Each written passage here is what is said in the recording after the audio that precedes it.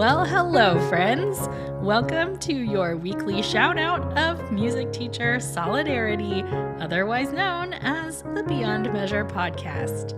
Christina Whitlock here, your host and self-appointed anytime piano teacher friend, here to hang out with you and remind you that our connections with other teachers are our lifeline in this work.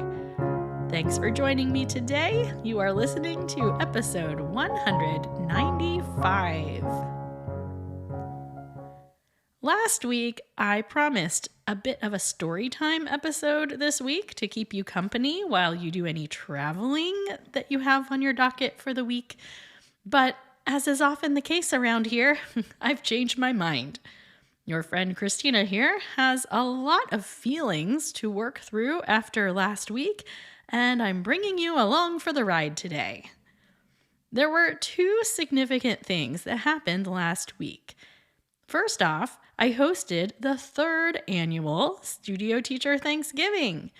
In case you're not familiar, Studio Teacher Thanksgiving is a series of daily emails that help studio teachers connect with specific points of gratitude that are otherwise easy to miss in our work.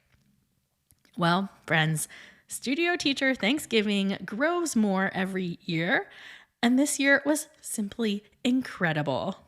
Hundreds of studio teachers joined me and engaged with me through email last week, and it really affected me.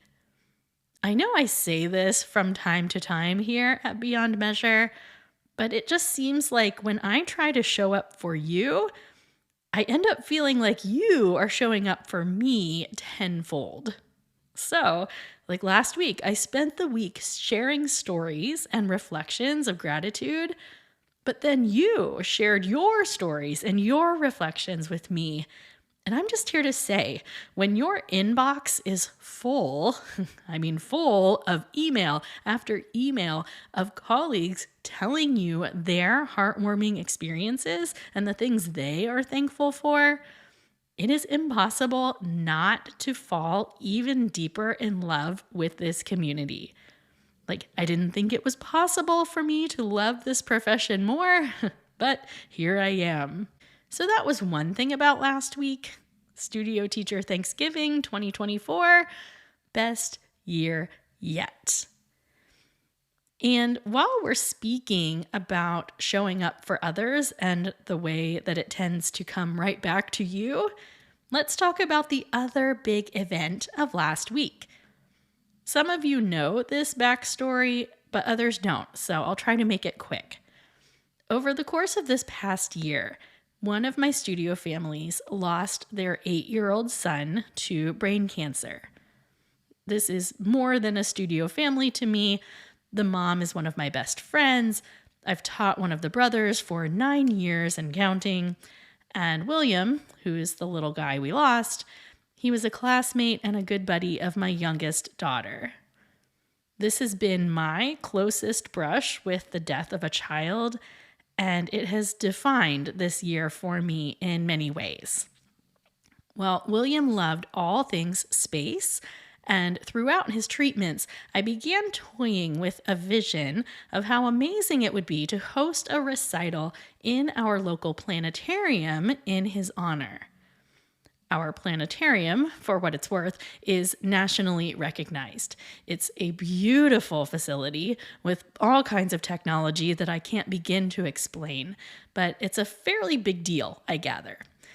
And because of the state of university policies, I just always assumed that they would turn down any requests for me to hold an event there.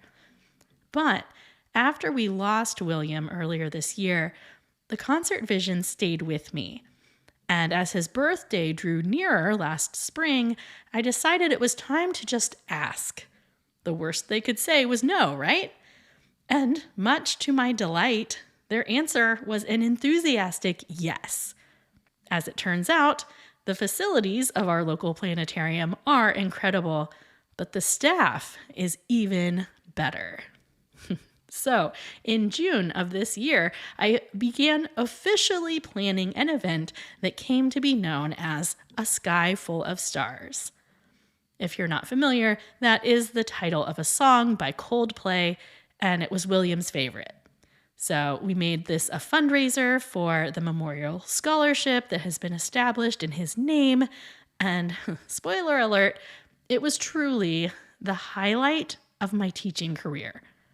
I do not know that I will ever top this or do anything this meaningful the rest of my teacher career. It was profoundly special, friends. I'm working on a detailed write-up of how I put this whole thing together, but that's not what we're talking about today. Instead, I have to try and put words to what we experienced at this event. So, first off, I knew a planetarium recital would be cool. I mean, how could it not be cool, right? I knew that I had a great program of diverse music. Like the music was programmed by theme, so we began with pieces that were written about the stars, and we moved on to music with a lunar theme, and then to night pieces. There were superhero-themed sections, pieces about specific things in the universe, as well as pieces that reminded us of our love for William. Think like Lean on Me and 1,000 Years from the Twilight movies. It really spanned the gamut. So I knew the program was like A++. I also knew that my students were really well prepared. That's always nice. I was less sure about what the actual planetarium presentation was going to be made of. Because honestly, when I first asked to host this event there, I had made up my mind that I would be content even if they just put up one continuous star scene and left it playing for the whole hour. I was just grateful to be there. But, friends, my show specialist, Nicolette, put together the most perfectly selected projections for every piece on the program. All I did was send her the titles of the pieces, but she ran with this in the most beautiful way, selecting different images and videos for each piece just based on the title alone. She and I laughed afterwards because there were so many times when the projections moved and changed directly with the music in ways that neither of us could have ever planned on our own. There were so many times when a piece would, for instance, transition from the A section to the B section, and the images on the planetarium dome would follow suit at the exact same time. I seriously just sat back and marveled. Again, I knew it would be cool, but I was not prepared for how moving the whole experience was. Now, it's also important to note, we did not move acoustic pianos into the planetarium. I wanted to, but I also wanted to keep our expenses as low as humanly possible, so all of our proceeds would go directly to the scholarship fund. So instead, I took 2 of my digital pianos over to the planetarium. Maybe that doesn't sound like a big deal to you, but friends, your pal Christina here is very much a recovering gear snob. So if you would have told me even 6 years ago, I would willingly put together a recital to be performed on digital pianos, I would not have believed you. And yet, I thought my digital pianos sounded great in that space. If you're curious, I own 4 Kawai KDP 75s, which are beautiful instruments, but they're not the highest end of digital pianos. They're somewhere around $1,000 each, so they're not cheap, but they're definitely not the biggest investments I could have made. But I could not be happier with how they sounded. In fact, one of my adult students was playing Grieg's Notturno, Opus 54, number 4, and the range of sounds she got out of that instrument were stunning. I mean, it was strikingly beautiful. So if you're ever in the market for a digital piano and you don't want to spend a whole bunch of money, I cannot recommend my Kawai KDP 75s enough. They have been a terrific investment, and they are linked on my favorites page, which you can find in today's show notes or at christinawhitlock.com/favorites. So, okay, the program was stunning. The sound was great. The visuals were incredible. The students played really well. There was just this energy in the space that was so complex. There was a feeling of awe at just how unique the experience was. There was a ton of sentimentality and grief mixed in as we remembered this colossal loss of William.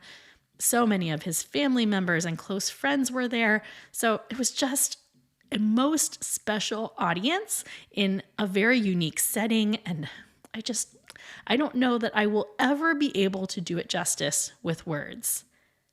And yet, words are all we have because the planetarium has strict copyright policies that prohibit the use of cameras during the performance. Which means I hosted this incredible event, right? A peak experience of my career, maybe even my life, and there is not one scrap of evidence of what took place in that space during that hour and a half. It stings a little, right? But that's actually the main point I wanted to express today. We all live in varying states of obsession with capturing a moment. I get it. I'm a mom with cute kids and a cell phone, so I know all about trying to capture every moment. And I'm so grateful that I can look back on small moments from years past with such ease. I often get lost in my Google Photos account looking back on all the things that once consumed my life, yet now feel like such a distant memory. So the easy access we have to capture moments is a blessing, but it is also a distraction. For Friday's planetarium show, I made sure to warn families ahead of time that they could not take photos or videos of the performances. I recorded each student in my studio last week, so I made sure we all had good records on how beautifully prepared they were for the event. I reminded the audience at the start of the show that they could not film the performances. And then the most wonderful thing happened. I watched 152 people shuffle around in their seats, putting their phones in their pockets or their purses or wherever. And we all know how frustrating it is to look out at an audience during a musical event and see so many of them scrolling their phones, right? That did not happen on Friday night. Again, there was this vibe in the space where it was like we all knew we were going to have a unique experience together, and no one else was ever going to be able to share it with us. We had a sold-out audience, and from what I could tell anyway, 152 attendees sat in their seats, listening to beautiful music, staring at the planetarium stars for just over an hour. No distractions, completely present in the moment. I can't name a time in recent memory where I've experienced that in a group of people. It was truly remarkable. And yet, it's not without trepidation, because I will tell you, as someone who makes content for teachers, I am constantly aware of the things that I, quote, should be sharing with my audience. It seems like a million times a day I find myself thinking, ooh, I should get this on film, or ooh, I need to make a post about that. True story, someone recently told me, you know, for someone who talks about teaching all the time, I really don't know much about how you teach. And to be honest, that kind of got stuck in my head. Like, I'm really proud of my teaching, at least on most days. And that comment just festered inside my mind a little bit. Like, oh yeah, I do get a lot of speaking invitations for music teacher groups and whatnot. But I'm not exactly swimming in invitations to give master classes or talk about the technical ins and outs of teaching, am I? So much of my work here is devoted to helping you be the kind of teacher that you're meant to be. I guess I don't spend a whole lot of time showcasing my own actual teaching. So I'll be honest, that's been a bit of an internal spiral for me this year. I often find myself feeling like I need to be sharing more lesson excerpts and specific teaching techniques and all the things. And I'm sure that would all be well received and appreciated if I did. Like so many of us appreciate the teachers like Irina Gorin, whose online work features real work with real students. But there are a few things standing in my way there. Like, first of all, sharing all that stuff takes time. And I already share a lot of stuff, so some of it is just lack of time to share more things. Then there's the fact that I'm really conflicted about sharing videos of minors online. Even with parental permission, it's just dicey. The internet is still very much history in the making, and I'm very cognizant of the fact that my students will be adults in the world someday, and I don't love contributing to their online footprint. And most of all, there's just the fact that it is next to impossible to capture actual real-life lessons on camera. We all know how tricky it is to simply act natural on camera. I know it impacts me, and I also know my students act differently once they know a camera is on them. They play differently too. They just do. Sometimes for the better, and other times not. But either way, it's just hard to capture real-life teaching on camera in a 100% genuine way. I mean, we know this, right? People behave differently once the camera is rolling. That's not much of a revelation, Christina. And yet, in teacher world, we live in an age where many of us look to friends online for inspiration and guidance. And by the way, thank goodness for those social media accounts that inspire us. Like, seriously? I love them. But please also understand this. The teacher accounts and the experiences that you follow online come from teachers who are really good at sharing content online. Sharing that stuff in a way that feeds the algorithm and holds your attention, that is a separate set of skills that some people have. It's not something we are all meant to be doing. It's not something you should be doing. You could, but you do not have to. So again, for those who like sharing their ideas and their teaching online, great. Thank you for letting us peek into your studio life. But it frustrates me that we live in this age where our experiences don't feel validated unless we share them publicly. Like when you tell a young person something surprising that happened to you, they'll often say something like, "Show me the photos," or "It didn't happen." But friends, I'm here today to remind you, our experiences do not need validation. The work you are doing inside your studio walls is good, and it matters, regardless of whether or not you share videos of it with your studio parents or online. This planetarium concert I held was meaningful, and it was incredible and impressive and important, even though I cannot share a single second of it with you or anyone else. I'm proud of the teaching that I do on an everyday basis, whether I get to capture transformative moments on camera or not. And you should feel the exact same way.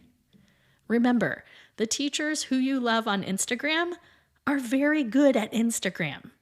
I'm grateful for them, but please never dismiss what you are doing inside your own studio walls just because you don't have 10,000 subscribers or whatever. Okay, I know I need to wrap this up. So let me offer up a few key takeaways from today's episode. Are you ready? Number 1, if you have a clever idea, don't be afraid to ask. I never thought the planetarium would greenlight my event, But thank goodness I got brave and asked anyway, because the result was incredible. If you have an idea, just ask. Number 2, when you show up for others, they show up for you. It's true of Studio Teacher Thanksgiving, it was true of this benefit concert, and it is absolutely true in this profession of ours. Number 3, your work is good and important whether you have video evidence of it or not. Number 4, successful social media accounts are good at social media. That's what you know. The rest is anyone's guess. And number 5, after saying all of this, I want to remind you that recording your teaching is the number one way to improve your teaching. There's a whole episode on that. It's episode 120 of this podcast, and I will link it in today's show notes. So please do record your teaching from time to time, even if it's only for your own eyes and no one else's. Let's wrap up with a toast today, shall we? Studio teacher friends from all around the world, today we remind ourselves that no external validation is necessary in our work. Is it appreciated? Of course it is. We all deserve some accolades from time to time, but the impact of our work does not depend on public notice. Teachers have long been quietly laying foundations for up-and-coming generations, and we are no exception.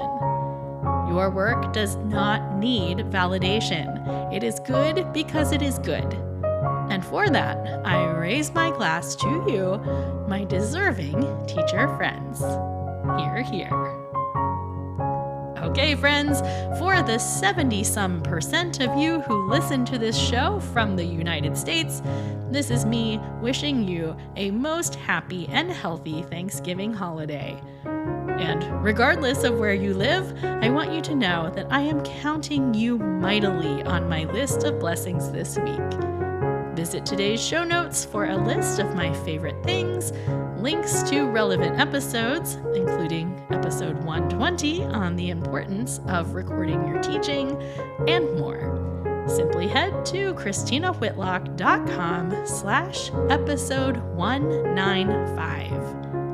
Until next week, friends, onward and upward on your own unique trajectory.